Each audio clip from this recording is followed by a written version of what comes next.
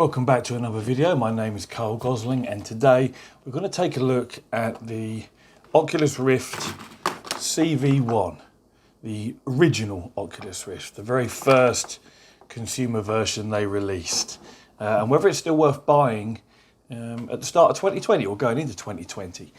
And the short answer to that question is going to be yes, it definitely is. If you want the long version, stick around and watch the rest of the video. I want to take us through all the good things about this headset or head-mounted display HMD, as well as a couple of the negatives. And there really are only a couple of negatives. So yeah, the short answer is most definitely yes. But let's get into it. So the very first thing that's compelling about buying a CV1 in 2020 is the price. They're so ridiculously cheap now. This one here I picked up for £125, and that was in the retail box. What was it called? The Oculus Rift Touch bundle. So it came with the headset itself, 2 touch controllers, and then 2 sensors. I can't show you those because they're mounted up in the corner of the room here.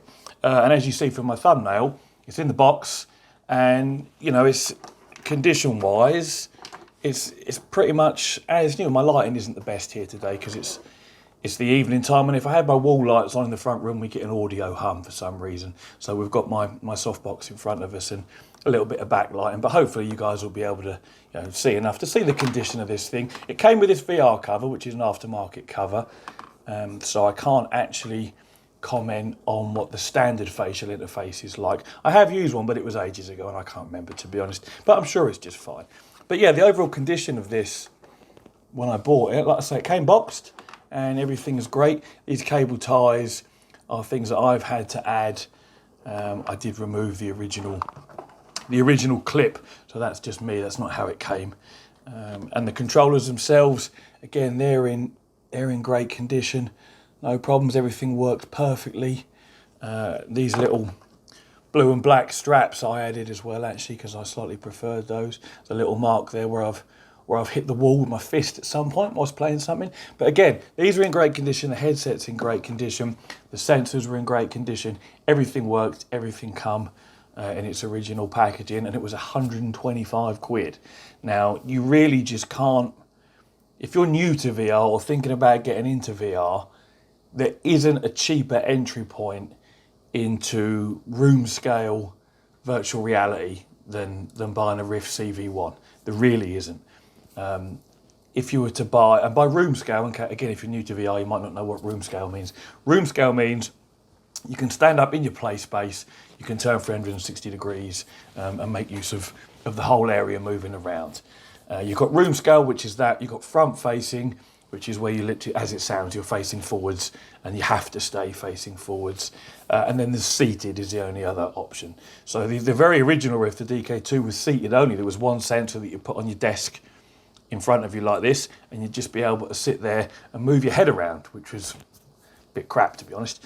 There wasn't even any touch controllers. If you're familiar with PC gaming, it's the equivalent to having a mouse look, but with your head. So instead of moving your mouse to look around, you just moved your head. But you know, that was the early days. That was the very beginnings of it all. But anyway, getting sidetracked, waffling on. So yeah. So yes, entry point price-wise, if you want to get into proper virtual reality, room scale, 360-degree virtual reality, there simply isn't a cheaper way to do it than picking up a second-hand Rift CV1, the OG Rift. And it has to be second-hand because they stopped selling them, I think it was early to mid of last year they stopped selling these. Well, yes, obviously, when they released the Rift S is when they stopped selling these, once the stock had gone. So yes, obviously the second hand. But yes, that's the first and most compelling reason to buy a Rift CV1 is the price, 125 quid. I actually added a third sensor to my setup for, which one did that cost me? 20 or 30 quid for a second-hand third sensor. Now, you don't need a third sensor, and this takes me on to the second point about what's good about this setup. External tracking, whereby you're tracking cameras or base stations, if you're looking at the Vive, are mounted in the corners of your room, up on the walls. This is by far the best way for a tracking system to work. The Rift S, the Oculus Quest, a few of the others have inside-out tracking whereby the cameras are in the headset and they look out. Works just fine for the most part. Not knocking it, great technology. But if we're going to get down to the nitty-gritty, there's simply no better way than having cameras that look from the outside in. There's no way to occlude anything. One hand in front of the other. You put your hands behind your back, the camera behind you still gonna see you, or track your hands. So yeah, so the tracking system is great. It's flawless. And when I had 2 cameras, which is how this bundle came for £125, they say you can do room scale with only 2 sensors. And obviously I thought I'm going to try it because why would I not? And to be honest, I had no issues with tracking whatsoever, even with just 2 sensors. I had one high up on the wall over there, and I had one lower down, more sort of waist height on my sort of windowsill over there. And that covers you up and down. So if you're squatting down low, the lower camera will get you. And if you're standing up high, the higher camera will get you, and then all the areas in between. And that seems to be the best way to do it if you've only got 2 cameras. But I had no issues with tracking just with the 2. But for another 20 or 30 quid, whatever I pay for the third sensor, and I'm a bit of a geek, I like to have everything as optimum as it can be, I got the third sensor. So I've literally had 0 tracking issues. None whatsoever. Never ever have I seen my hands jump from one place to another. Never has it lost the orientation of my headset. Absolutely perfect. So yeah, that's the tracking. Absolutely spot on. You really can't complain. Next thing we're going to talk about, the audio. So yeah, you can see the speakers quite plainly there. These integrated speakers are still by far the best integrated audio solution on any VR headset on the market to date. The only thing that parallels these is the Valve Index, because that has really good audio as well. But everything else, by far, these way over and above. Most people end up using external headphones, which to me is just a ball ache, because you can quite easily fit speakers to the headset like this in the first place that work really, really well. Plenty of bass, plenty of treble, the mid's clear. Never heard them distort. I've never had to go above 45-50% volume in any game, and it's just great. There's nothing to complain about when it comes to the audio, and everything to be positive about, unlike some other headsets where they've removed these and put crappy, for want of a better description, almost piezo quality speakers in the strap itself. Sounds awful. And then some headsets like the Pi Max, they don't even come with integrated speakers at all, so you don't even have the choice whether to go with your crappy ones built in or put aftermarket ones on. You have to put aftermarket ones on. So again, this is perfect. They landed it right the first time round. They sound great. They're absolutely amazing for such tiny little drivers, tiny little speakers as well. And again, talking about the audio, the integrated microphone in this headset is again super clear, in just the same way that the speakers produce super clear sound. When I've been in a big screen chatting to my friends, or had somebody in Oculus Home, or I'm playing a multiplayer game like Zero Caliber, and we've got chat on via Discord, or what was I playing yesterday? 11, the table tennis game I was playing with my friend Andy, and we're just chatting away. The microphone quality picks up my voice lovely. No distortion, no crackles, no fuzz, no hums. Just works really, really well. They landed that first time as well. I know some of the other more recent headsets, I've heard audio samples comparing the microphones, they just sound bad. How hard is it in this day and age to make a decent quality microphone? It's really not that difficult. So again, they landed it right with that as well. And you can see this list is growing of reasons to buy a CV1. It's cheap, the tracking's flawless, the audio quality is good, the mic's good. We're going to carry on down my list as we go through this. So the next thing is the refresh rate, 90 hertz. Now, you can go as low as 72 hertz, like on the Oculus Quest, and apparently you don't get motion sickness. I'm yet to try a Quest, so I can't comment. But what we do know is the higher the refresh rate, the lower the chances of motion sickness, and the more realistic it feels. In real life, we don't have a frame rate. Our eyes don't run at a certain megahertz. We can pick up variations in speed almost infinitely. So the faster you look around, your eyes in real life can keep up with that. They can focus when they need to, and there's no lag, there's no delay. So 90 hertz is still a really good refresh rate. It's the sweet spot almost between performance and, you know, realism and no motion sickness. You know, the Rift S drops to 80, the Quest drops to 72. The only other headsets going above 90 are things like your Valve Index, and I think one of the Pimax ones does as well. But there are issues with that, i.e., even with a 2080 Ti and a top spec CPU, you can't run your VR games at 120 Hz or 144 Hz with the graphics quality up. Simply not powerful enough. But that's, you know, that's another video on its own, to be honest. So yeah, 90 Hz, more realistic feel because the faster you turn the head, it keeps up with you, and less motion sickness. Then we go on to the manual IPD adjustment.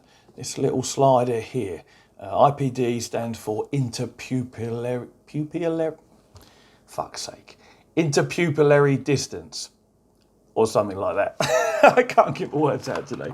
What it means is everyone's eyes are spaced slightly differently apart, and you want the lenses in your HMD to be in the correct spot so that you get nice, crispy, clear image and focus.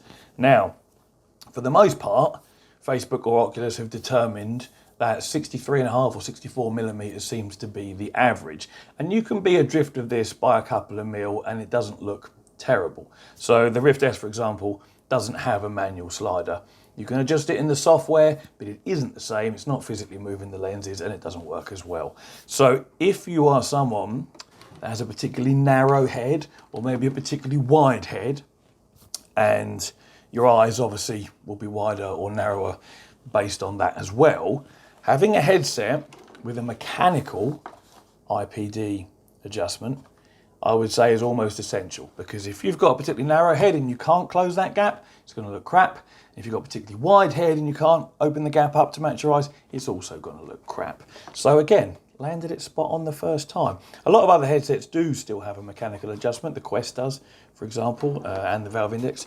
But yeah, another positive here for the OG Rift, the CV1. What else have we got? So let's talk about the overall comfort of the headset. It's really comfortable. I've tried a Rift S, I've tried a Valve Index, I've tried a couple of others, the Vive, original Vive and the Vive Pro. And this is still a very comfortable headset. I would say Valve Index is slightly more comfortable, but we're not talking by a lot. To be honest, I prefer the comfort of this over the way the Rift S feels. I have one of those here, so that's an easy one for me to compare. The facial interface, this is an aftermarket one, but it's fine. The weight of the unit isn't too heavy, doesn't sit on too much pressure on your face. You've got Velcro straps either side here that you pull either tighter or looser, which will, you know, ping it to your face. And then you've got a Velcro strap to adjust the top here, which will determine how low or high it sits on your face. My phone's ringing. Would you believe it? I'm just going to have to edit this out because I'm way too far into the video. Bear with me. Right, we're back. Sorry about that. Not that it will seem like I've gone anywhere to you. That will teach me for not putting my phone in airplane mode before starting to record a video. And also why I'm hoping to get at some point a proper camera for recording these videos rather than using my crappy S10. Anyway, back to the Rift CV1. Where was I? Yes, the adjustability of the headset itself and the comfort. The Velcro straps work just fine. You can get it perfectly comfortable. There's a little bit of padding at the back here. Not a whole lot, but a little bit. It feels perfectly. It's almost like you're wearing a baseball cap is the best way to describe this. And that also is how you should put it on your head, in case anyone wonders. You should put it on from the back and then pull it down at the front.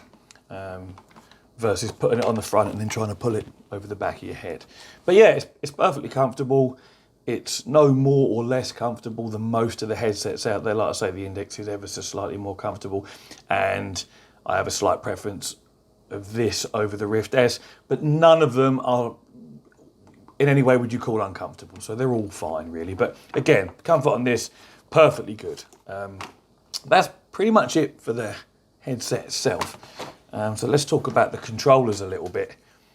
Because these were, apart from the Vive ones, these were the first controllers to come out in the world of virtual reality, full what I'm going to call proper controllers. Anyway, and you can see them here. We've got a trigger button at the front. We've got a grip button. How do I get that in shot? There at the side. You've got your little thumbstick, a couple of buttons there, menu button, and a little touchpad there. Although I've never ever used that in anything, and to be honest, I'm assuming it's a touchpad. Having never used it, I don't actually know. It looks like a touchpad. But these are comfortable in the hand. They take a single AA battery, which means they are quite light. I think it's the Vive Cosmos came out recently. That takes 2 AA batteries. Now we've got an alarm going off beside me. This video is just going to be full of crap. Sorry about this, guys. It's life. Shit happens. Yeah, so anyway, single AA battery means that these controllers are quite light, especially compared to the Cosmos, which they weigh a ton, having 2 AA batteries in, and this enormous great circle that illuminates. I don't know what HTC were thinking when they've come out with that, because it's a fail on all levels, really. The tracking's awful as well. Anyway, waffle, sidetracked. The controllers, they're light, they're comfortable in the hand. The battery covers don't slip off like some other, I think it's the Rift S ones I find slip off from time to time. They might even be a fraction smaller, I can't really tell. I actually prefer having the tracking ring around my hand versus over the top, which again, Rift S and Cosmos has up there. Pardon me. Again, that's personal preference though. The sticks work just fine. We've got no issues with those not clicking or not working properly, like again on some others. Valve Index, you know I'm talking about you. And you're an expensive motherfucker. So, yeah, they work just fine. The buttons feel nice, the trigger feels nice, the grip button feels nice, the thumbstick works just fine. Clicks just fine, no problems at all. And the right hand one's exactly the same. So yeah, they work perfectly. They landed that right again the first time round, Oculus, whilst you were still Oculus, really, pretty much. These days you're all Facebook. And I believe all the original Oculus staff have now moved on. But anyway, again, more fucking waffle. So yeah, controllers, great, no issues with that at all. What else have we got here? Oh, I haven't actually mentioned the screen in the head-mounted display. It's OLED, and you're all familiar with OLED, I'm sure, if you're into technology or TVs or displays in general. It's about as good as it gets. You've got the deepest possible blacks, because each pixel produces its own light, and so when you want black, it just turns off. No greys there, all black. The colours are really vivid and really bright and vibrant, again, because they're the OLED. The response time of each pixel is fast.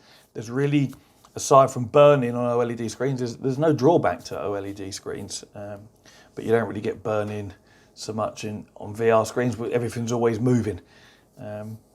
So yeah, the screen's great. You really can't ask for much more, especially, you know, for what's really a first-gen a headset, and especially at this price point now, it's just a no-brainer. So yeah, it all looks lovely. And then the other main benefit really of going, and this is more about going Oculus versus perhaps HTC or Valve, is that you have the benefit of all the available VR games at your disposal. You've got all the Oculus exclusives, of which there are many good games, and then you've got all the Steam library of VR games available to you as well. Should you choose a different brand of headset, maybe, you know, you're looking at the original Vive, the OG Vive as your first VR headset, you'd have to run a program called Revive to be able to use Oculus games with your HTC headset. And the issue with that is it's a little bit like running an emulator. It doesn't always work well. Things aren't always reproduced exactly as they should be.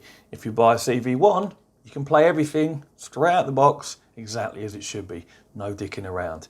And that's a big deal to me, to be honest. The ability to not play Oculus exclusives natively puts me off buying something like a Valve Index, as much as I'd like the slightly wider field of view and the slightly better display. It's a big deal to me. So yeah, all those games available, both Oculus exclusives and everyone else. So I think that's probably all the positives and all the good reasons to buy a CV1 in 2020. The price is cheap, the tracking is great, the audio is excellent, the mic clarity is good, the refresh rate is great, manual IPD adjustment, the headset itself is comfortable and adjustable, the controllers are lightweight, comfortable and function, no history of breakages with those. The screen is OLED, and so comes with all the benefits of any OLED panel, and you have all the games you could possibly want at your disposal. So the only real negatives, and this isn't a reason not to buy a CV1. This is just a few things that I'm going to describe as negatives versus other available options. So the resolution of the screen, because it's a first gen headset, is a little lower than what's available now. But that only really becomes an issue, well, it's not even an issue as such, but the only people that really benefit from a high resolution screen are people who are into sim racing or flight simulators, where you have a detailed dashboard or dials and displays within the game that you need to read fine detail on. If you play a lot of those, maybe you should consider something like the Rift S with that slightly sharper screen. Otherwise, it's not an issue whatsoever. The other thing that comes along with a lower resolution screen compared to what's available now is something called screen door effect. If you're not familiar with that, I've got a video coming out on what screen door effect is, probably in a week or so, if you're new to VR and you don't know what it is. But it's a bad thing to have. But it goes alongside having a low resolution screen. It's basically the gap between the pixels forms a grid, vertical and horizontal lines, because it's right in front of your face. You can, if you've got a completely white background, you can see the gaps between the pixels if you choose to focus on it. It's a bit like having a Google page up on your monitor or your TV, and then walking right up to your TV and looking at it, you can just about see the pixels if it's a 1080p screen. But yeah, no big deal, 99% of the time. If you're into sim racing or flight sims, you might want to consider a slightly higher resolution screen if you can. The other thing you do if you do have one like this is that you would just move your head closer to look at the dials within the game. A lot of games, in fact, will have a button that you can press that zooms you in to allow you to read them. So not a big deal, but it is there, the screen door effect. Another negative, and this is only a negative depending on your individual circumstances, is the fact that the external cameras are external. So you do need to put them in the corners of your room up by the ceiling. So if you're someone who can't do that, then obviously this is just a no-go for you in the first place. You need something that's hard out tracking. But if, like me, it's fine. It's my place. I can put up what I want. So yeah, but it's just worth mentioning. You know, if perhaps you're living with your parents and your parents don't want you putting cameras up on the walls and running wires, or maybe you live in a shared property, you know, and you want to go play in the front room, but your housemates or whatever don't want cameras stuck up in the corners of the front room, then maybe you'll consider something else like the Rift S that has inside out tracking. One other small thing, speaking of the Rift S, whilst I prefer the comfort of this head-mounted display to the Rift S, I do like the way the Rift S adjusts how tight it is on your face using that adjustable knob at the back here. You wind it in and you wind it out. And if you're swapping headsets from one player to another quite regularly, I do like that feature. So I guess not really negative, but it's something that I prefer on one of the other headsets. Oh, and the only other thing that's absolutely worth mentioning here is that Oculus no longer sell replacement cables for these. You can, if you're lucky, get one under warranty if it goes bad, but you can't buy them anymore. So when you're looking to pick one of these up second hand, make sure you get good photographs of this area of the cable here as it comes out of the back of the headset, because this gets twisted up really, really badly if you're not paying attention to what you're doing in game, and you end up spinning around with your gun or whatever game you might be playing, round and round and round a few times. You lose track of where you are, and that cable gets twisted really tight and will eventually fail. So if you're looking to get one of these second hand, make sure the seller, if you're looking online, has put a good clear picture. I'll show you again of where this comes out of the back here. You can see mine slightly twisted up there. So make sure you check that out. And again, if you go pick one up in person, just have a good look at that. Make sure it doesn't look too badly twisted up. You'll know if it is, it will look really, really twisted and really bad. You know, a slight little bit of it's fine, but you'll kind of know what I mean when you see it. But that's just something worth bearing in mind, because you're going to go the second-hand route. But that's really the negatives. You know, the resolution could be a touch higher by today's standards. So as a result, there is a bit more screen door effect. Having to place the cameras on the walls can be a ball ache or a non-starter for some people. And getting replacement cables is difficult. So pay attention to that. But otherwise, in answer to the question, the title of the video, and as I first said, yes, absolutely, if you were looking to get into VR, pick yourself up a CV1 with a pair of touch controllers and at least 2 sensors. Absolutely worth buying in 2020. Don't let anyone tell you otherwise. I don't want to hear all this crap that it's old and it's not good enough anymore and the visuals are terrible and that. It's all rubbish. The head-mounted display is still a really, really good virtual reality experience. Look, I'm going to go through this once more because it's worth it. It's cheap, £125 I paid for all this in the box. Go find me a better deal if you can. The tracking is flawless. The audio is really good. The mic's clear. We've got a 90 Hz OLED panel, manual IPD adjustment, comfortable, controllers lightweight, function, reliable, no issues, and you've got the benefits of all the VR games out there available to you. So yeah, if you're looking for a VR headset in 2020, you're looking to get into virtual reality for the first time, absolutely keep your eyes open for a Rift CV1, an OG Rift secondhand. If you've got more money to spend, would I recommend something else? Tricky, because the other headsets all have their drawbacks. And there's a reason why I'm still using this headset as my main headset, in spite of there being others available. So maybe that's one for another video. But today was just about this and whether it's worth buying, and it definitely is. So thank you very much for watching. I'm waffling on more than is necessary. If you like this sort of content, virtual reality, sim racing content, retro stuff, throw us a subscription on my new channel. I'd really appreciate it. And hopefully one day I'll be able to get a decent camera and not this bloody phone which rings halfway through recording a video. Take it easy everyone and have a good day. See you later.